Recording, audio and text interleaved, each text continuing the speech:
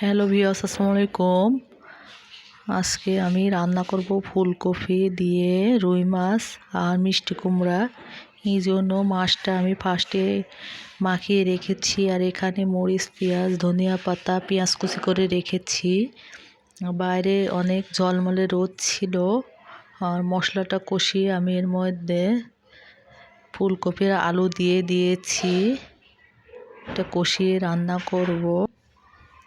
আর অনেকটা দেরি হয়েছে, সকালে নাস্তা করতে দেরি হওয়াতে রান্নাও দেরি হয়েছে। রান্না সেরে বিকেলবেলা আমি চলে এসেছি মেয়েকে ডক্টর দেখাতে। ছোট মেয়ের হোমিও ডক্টর দেখায়, ওষুধটা শেষ হয়েছিল, এই জন্য ওষুধগুলো নিতে এসেছি আমি। আর সন্ধ্যার দিকে নাস্তা বানাবো বাঁধাকপির পাকোড়া, এর জন্য বাঁধাকপি কুচিয়ে রেখেছি। আর চাটাও রেডি করেছিলাম। চা খেয়ে ছোট মেয়েটাকে পড়তে বসাবো, নতুন লেখা শিখছে, কিছু কিছু অক্ষর লিখতে পারে।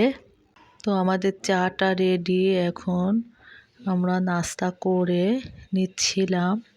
আর রাতে একটা ভর্তা করব, এই জন্য চিংড়ি ভেজে বেটে নিচ্ছিলাম। চিংড়ি ভর্তা করব আর পাকোড়াগুলা ভাজবো। এখানে পাকোড়াটা ভেজেছি আর ভর্তা রেডি আমাদের রাতের জন্য। সবাই ভালো থাকবেন।